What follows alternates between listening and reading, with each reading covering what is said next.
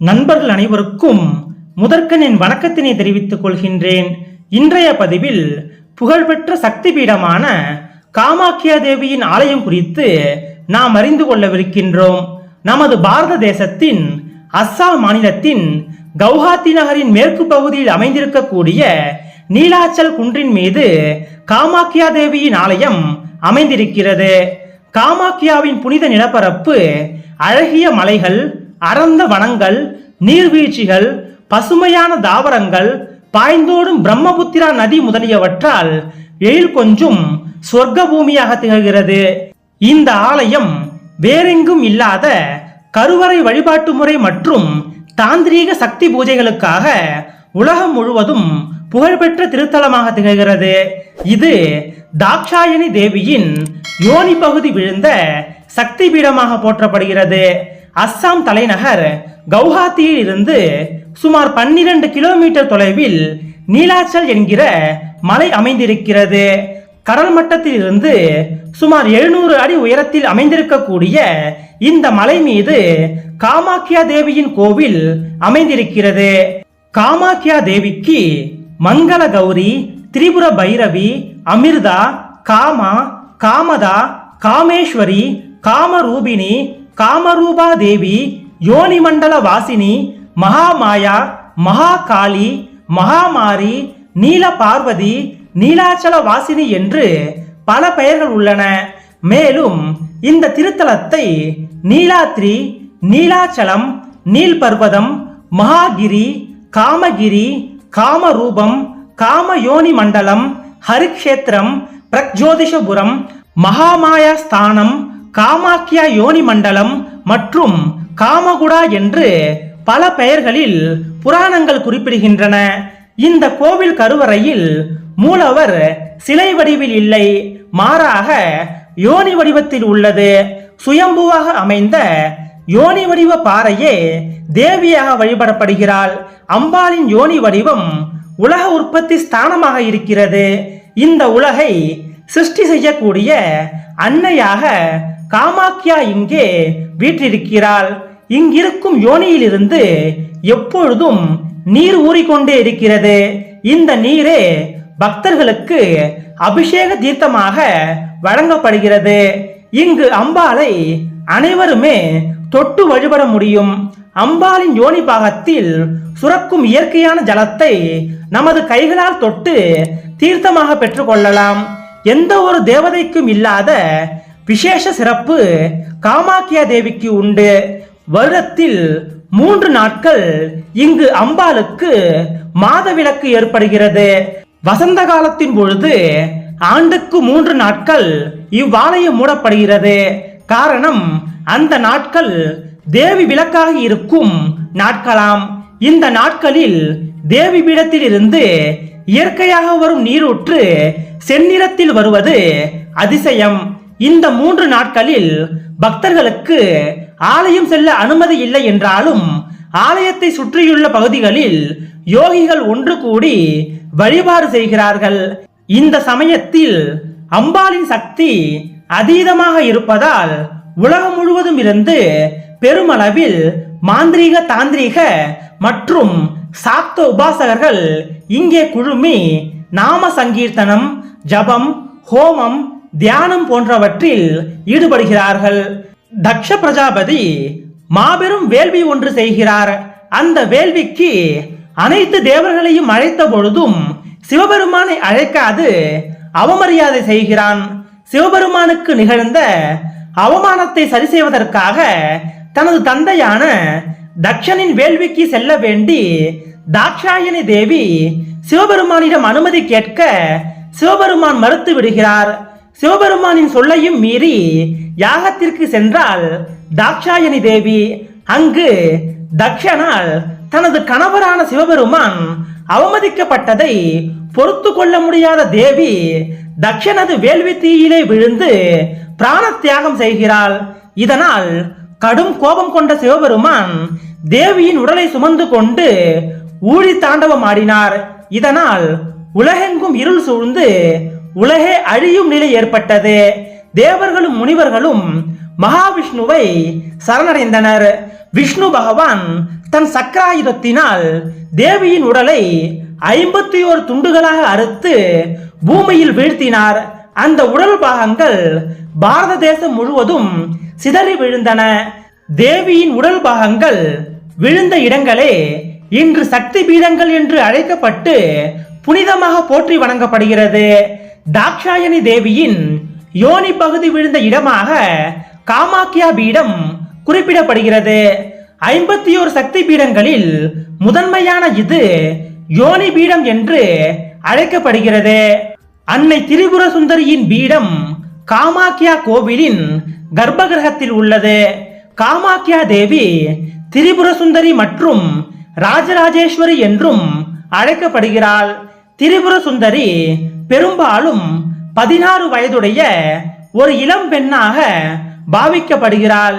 இந்த வடிவத்தில் அன்னையானவள் தேவி ஷோடசி மற்றும் தேவி பாலா என்றும் அழைக்கப்படுகிறாள். காளிகா புராணம் கூறும் மிக முக்கியமான 4 ஆதிசக்தி பீடங்களில் இதுவும் ஒன்றாகும். மேலும் தந்திர சூடாமணி போன்ற பல தந்திர நூல்களும் இக்கோவிலை சக்தி பீடங்களில் மிக உயர்ந்த பீடமாக போற்றுகிறது. இக்கோவில் பற்றிய தகவல்கள் வேதவியாசரின் தேவி பாகவத புராணத்திலும் உள்ளது. அஷ்டதச சக்தி பீட ஸ்தோத்திரம் தேவிக்கு 18 மகாசக்தி பீடங்கள் உள்ளதாக கூறுகிறது. அதிலும் காமாக்கியா தேவியின் கோவில் இடம்பெற்றிருக்கிறது. காளிகா புராணம், யோகினி தந்திரம், காமாக்கியா தந்திரம், காமரூப யாத்திர பத்ததி, காம்ரூபிய நிபந்த தந்திரா, ஹரிவம்சம், ராமாயணம், மகாபாரதம் போன்ற நூல்கள் காமாக்கியாவின் சிறப்புகளை போற்றுகிறது. ராமாயணத்தில் தேவி காமாக்கியாவின் கோவிலுக்கு ராமர், சீதை மற்றும் லக்ஷ்மணர் வருகை பற்றிய தகவல்கள் உள்ளன. பாண்டவர்கள் காமாக்கியா தேவியை வழிபட்டதாக மகாபாரதத்தின் விராட பருவம் மற்றும் பீஷ்ம பருவம் கூறுகிறது. மன்மதனை சிவபெருமான் எரித்த இடம் என்பதாலும் காமதேவனான மன்மதன் தேவியின் அருளால் மீண்டும் சுயரூபம் பெற்ற பிறகு விஸ்வகர்மாவை கொண்டு கட்டிய கோவில் என்பதாலும் இந்த இடம் காமரூப் என்று அழைக்கப்படுகிறது. ஹிந்து தர்மத்தின் 6 பிரிவுகளில் சக்தி வழிபாட்டு முறையில்தான் அதிக அளவில் மந்திர தந்திரங்கள் கையாளப்படுகின்றன. அவ்வகை வழிபாட்டுக்கென்று சிறப்பான ஆலயங்களும் உள்ளன. அவற்றில் தலையாயது காமாக்கியா தேவியின் கோவில் என்றால் அது மிகையாகாது. இங்கு குமாரி பூஜை விசேஷம். குமாரி பூஜை என்பது கன்னி பெண்களை வழிபடும் முறையாகும். சிறிய குழந்தைகளுக்கு அம்பாள் போன்று அலங்காரம் செய்வித்து அவர்களை குமாரி காளிகா என்று அம்பாளாகவே பாவித்து பூஜை செய்கின்றனர். இவ்விதமான வழிபாடு நேபாளத்தில் உள்ளதும் குறிப்பிடத்தக்கது. புராணங்களில் இவ்விடமானது நரகாசுரனால் ஆளப்பட்டதாக கூறப்படுகிறது. இந்த மலையடிவாரத்தில் 4 பக்கங்களிலும் சொர்க்கபுரி வாயில், அனுமன் வாயில், புலி வாயில், சிங்க வாயில் என்ற 4 நுழைவு வாயில்களை நரகாசுரன் அமைத்திருந்ததாக கூறப்படுகிறது. மாந்திரீக தாந்திரீக வழிபாடுகளின் தலைமை ஸ்தானமாக காமாக்கியா விளங்குகிறது. இக்கோவிலில் தாந்திரீக பூஜைகள் நடைபெறுவதால் உயிர் பலி கொடுக்கும் வழக்கம் பின்பற்றப்படுகிறது. 2 விதமான பலி பூஜைகள் இங்கு பிரதானம். அஜாபலி பூஜை என்ற பெயரில் ஆடுகளை பலி கொடுக்கின்றனர். பஞ்சபலி பூஜை என்ற பெயரில் மகிஷம், ஆடு, புறா, கரும்பு மற்றும் பூசணிக்காயை பலி கொடுக்கின்றனர். பில்லி சூன்யம் முதலான துஷ்ட சக்திகளால் பாதிக்கப்பட்டோர், வசதி இருந்தும் நிம்மதியற்று தவிப்போர், மனநலம் பாதிக்கப்பட்டவர்கள், தீராத பிரச்சனைகளில் சிக்கி தவிப்பவர்கள் இங்கு வந்து வழிபட்டு நலம் பெறுகிறார்கள்.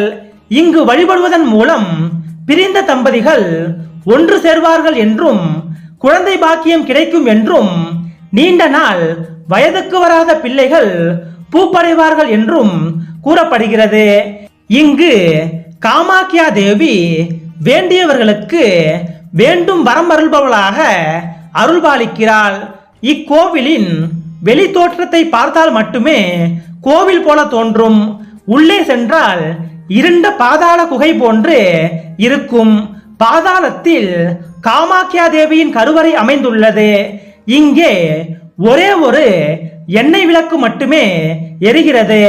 அந்த வெளிச்சத்தில் தான் காமாக்கியா தேவிக்கு பூஜைகள் நடத்தப்படுகிறது. இந்த சிறு விளக்கு வெளிச்சத்தில் தான் காமாக்கியாவின் ஜோனி பீடத்தை தரிசிக்க முடியும். இங்கிருந்து வரும் நீரூற்றின் நீரை பக்தர்கள் தீர்த்தமாக போற்றுகிறார்கள்.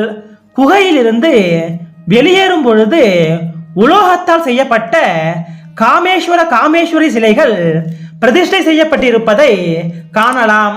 காமாக்கியா தேவி தசமகா வித்யா என்ற பெயரில் 10 வித தோற்றங்களுடன் இங்கே அருள்பாலிக்கிறாள்.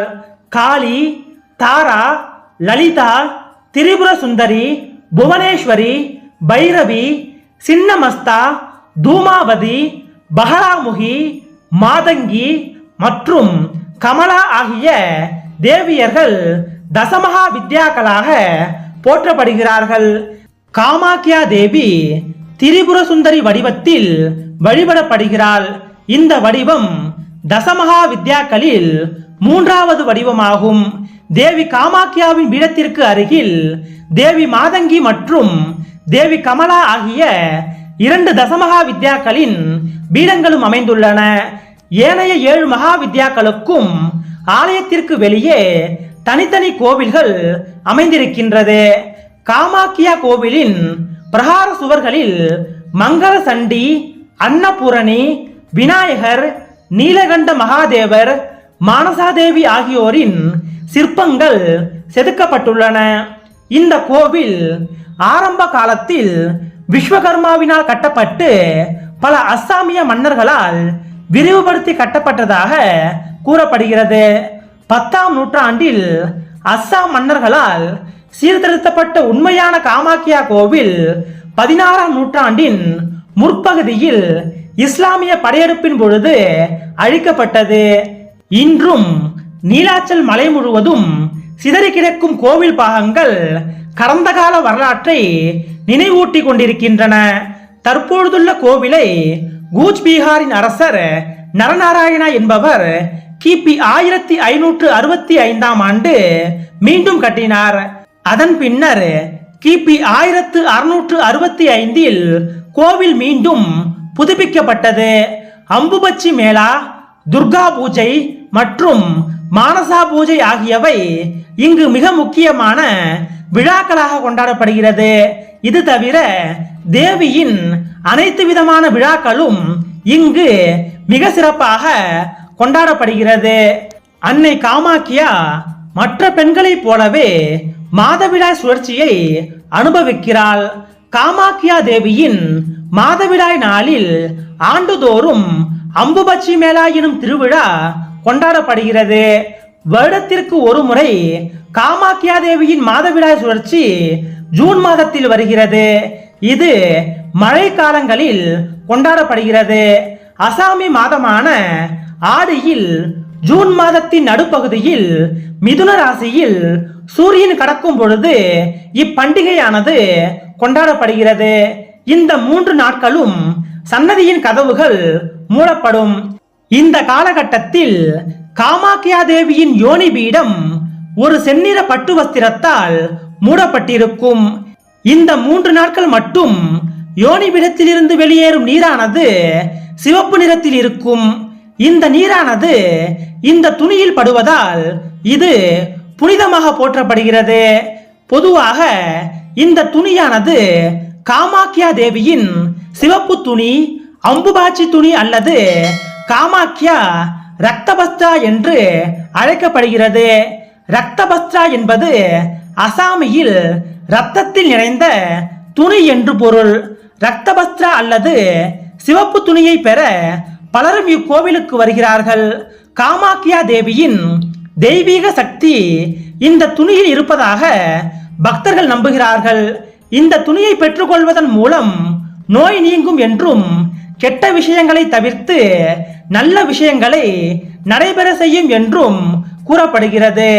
குழந்தைகளை பெறுவதில் சிக்கல் உள்ள தம்பதியினருக்கு குழந்தை பெற இது உதவும் என்றும் சொல்லப்படுகிறது. காமாக்கியா கோவிலின் சிவப்பு துணி மற்றும் சிந்தூரத்தின் முக்கியத்துவத்தை உணர்ந்த பலர் அதை வணிகமயமாக்கியுள்ளனர். கோவில் வளாகத்தில் கடைகளில் இவற்றை 500 மற்றும் 200 ரூபாய்க்கு விற்கிறார்கள். இருப்பினும் இவை உண்மையானவை அல்ல. உண்மையான காமாக்கியா தேவியின் ரக்தபஸ்திரா விலை மதிப்பற்றது. காமாக்கியா தேவி ரக்தபஸ்திரா மற்றும் சிந்தூர் வேண்டுமென்றால் கோவிலுக்குள் சென்று கருவறையில் இருக்கும் பூசாரிகளிடமிருந்து பெற்றுக்கொள்ளலாம். கோவில் பூசாரிகளிடம் சிவப்பு துணியை கேட்கும் பொழுது அவர்கள் இலவசமாக வழங்குகிறார்கள். அதற்கு ஈடாக நாம் கோவிலுக்கு நம்மால் முடிந்த பணத்தை நன்கொடையாக வழங்கலாம். காமாக்கியா தேவியின் அம்புபாச்சி வஸ்திராவை வீட்டிற்கு கொண்டு வந்த பிறகு வீட்டின் பூஜை அறையிலோ அல்லது வணிக இடத்திலோ வைக்கலாம். தேவியின் சிகப்பு துணியை திறந்த நிலையில் வைக்காமல் மூடப்பட்ட பெட்டியில் வைக்க வேண்டும் என்று கூறப்படுகிறது. துணியை பெட்டிக்குள் வைப்பதற்கு முன்னர் தானியங்களை வைத்து அதன் மேலே துணியை வைக்க வேண்டும். இந்த சிகப்பு துணியை கைகளில் ரட்சையாகவோ அல்லது தாயத்தாகவோ அணிந்து கொள்ளலாம். கோவில் நடைசாற்றப்பட்டிருக்கும் இந்த காலகட்டத்தில் தினசரி வழிபாடு நிறுத்தப்படுகிறது. தோண்டுதல், உழுதல், விதைத்தல் மற்றும் பயிர்களை நடவு செய்தல் போன்ற அனைத்து விவசாய வேலைகளும் தடை செய்யப்படுகிறது. இந்த நாட்களில் விதவைகள், பிரம்மச்சாரிகள் மற்றும் பிராமணர்கள் சமைத்த உணவை தவிர்க்கிறார்கள். 4வது நாளில் அம்புபாச்சி முடிந்ததும் சில சடங்குகள் செய்யப்பட்டு ஆலய கதவுகள் திறக்கப்பட்டு காமாக்கியா தேவியின் வழிபாடு துவங்குகிறது. அம்புபாச்சி மேளாவின் 4வது நாள் கோவிலின் கதவுகள் திறக்கப்பட்டு அன்று கோவில் வளாகத்தில் மிகப்பெரிய திருவிழா நடத்தப்படுகிறது. பெண்மையை போற்றும் இவ்விழாவானது கருவுறுதல் மற்றும் படைப்பாற்றலின் சிறப்பை இவ்வுலகிற்கு உணர்த்துகிறது. காமாக்கியா தாந்திரிக வழிபாட்டின் நிகரற்ற மையமாக உள்ளது. தாந்திரிகர்களின் அனைத்து சடங்குகளும் இங்கு ரகசியமாக நடத்தப்படுகிறது. காமாக்கியா கோவில் வளாகத்தின் வடக்கு சரிவில் புனித நதியான பிரம்மபுத்திரா பாய்கிறது. பிரம்மபுத்திரா நதியின் நடுவில் மயில்மலை அல்லது பஸ்மாச்சல மலை என அழைக்கப்படும் சிறிய குன்று இருக்கிறது. இது உமானந்தா தீவு என்றும் அழைக்கப்படுகிறது. இங்கு உமானந்த பைரவர் கோவில் அமைந்துள்ளது. இந்த இடத்தில்தான் தேவியை பிரிந்த சிவபெருமான் ஆழ்ந்த தியானத்தில் மூழ்கி இருந்தார். தேவர்களின் கோரிக்கையை ஏற்று இங்கு வந்த மன்மதன் சிவபெருமானின் தவத்தை கலைத்தார். இதனால் கோபம் கொண்ட ஈசன் தனது 3வது கண்ணால் காமதகனம் செய்தார். மன்மதனின் மனைவி ரதி சிவபெருமானிடம் தனது கணவரை உயிர்ப்பிக்க மன்றாடினாள். அவளது வேண்டுகோளை ஏற்று சிவபெருமானும் காமதேவனை உயிர்ப்பித்தார். இருப்பினும் காமதேவனின் முந்தைய அழகு போய்விட்டது.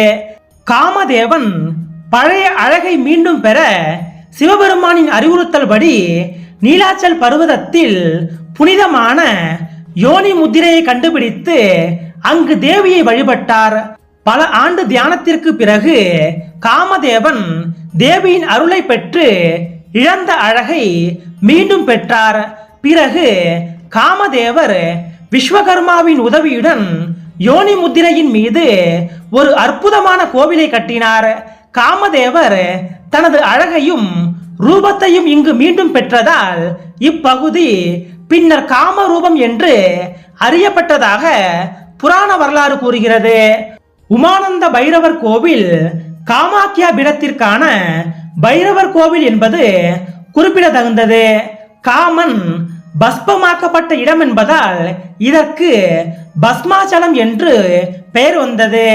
இந்த மலை பஸ்மகூடம் என்றும் அழைக்கப்படுகிறது. காளிகா புராணத்தின்படி ஊர்வசி குண்டம் இங்கு அமைந்துள்ளது என்றும் காமாக்கியாவை மகிழ்விக்க அமிர்தத்தை கொண்டு வரும் ஊர்வசி தேவி இங்கே வசிப்பதாகவும், எனவே இந்த தீவுக்கு ஊர்வசி தீவு என்று பெயர் வந்தது என்று கூறப்படுகிறது. பிரம்மபுத்திரா நதியின் மையத்தில் இந்த ஆலயம் அமைந்திருப்பதால் படகுகள் மூலமாக மட்டுமே இந்த கோவிலுக்கு செல்ல முடியும். இந்த ஆலயம் காமாக்கியா கோவிலில் இருந்து ஏறக்குறைய 8 கிலோமீட்டர் தூரத்தில் உள்ளது. ஆதிசக்தி மகாபைரவி காமாக்கியாவை தரிசிப்பதற்கு முன்னர் உமானந்த பைரவரை தரிசிக்க வேண்டும் என்று கூறப்படுகிறது. உமானந்தர் கோவிலுக்கு செல்லாமல் காமாக்கியா கோவிலுக்கு செல்வது முழுமையான தரிசன பலனை தராது என்றும் சொல்லப்படுகிறது.